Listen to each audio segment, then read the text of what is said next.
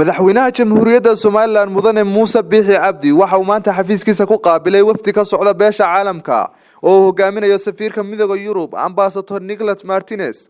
Waxa kulankaasi laga wada hadlay arrimo dhowr ah oo ay ka mid yihiin qabsoomida doorashooyinka golayaasha wakiilada iyo deegaanka iyo taageerada beesha caalamka ay u geysato horumarinta arrimaha bulshada, doorashooyinka iyo sidii kor loogu qaadi lahaa qoondada dhaqaale ee ay Soomaaliland ka hesho beesha caalamka.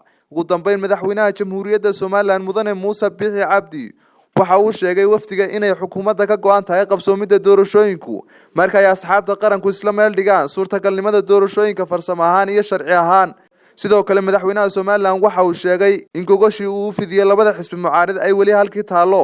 madaxweynaha waxa kulanka ku weelinayay madaxweyne ku-xigeenka Soomaaliland mudane Cabdiraxmaan Cabdilaahi Ismaaciil Saylici, shirguddoonka golaha guurtida iyo wakiilada iyo ku-xigeenadooda mudane Salebaan Maxamuud Aadan iyo Baashe Maxamed Faarax, Axmed Yaasiin Sheekh Cali Ayaanle, Siciid Jaamac Cali, wasiirka horumarinta maaliyadda Soomaaliland Dr. Saacad Cali Shire, wasiir ku-xigeenka arrimaha dibadda iyo iskaashiga caalamiga ah Liibaan Yuusuf Cismaan, la taliyaha madaxweynaha ee arrimaha dhaqaalaha Dr. Cismaan Sheekh Axmed, la taliyaha madaxweynaha ee arrimaha doorashooyinka mudane Cabdilaahi Maxamed Daahir Cukuse.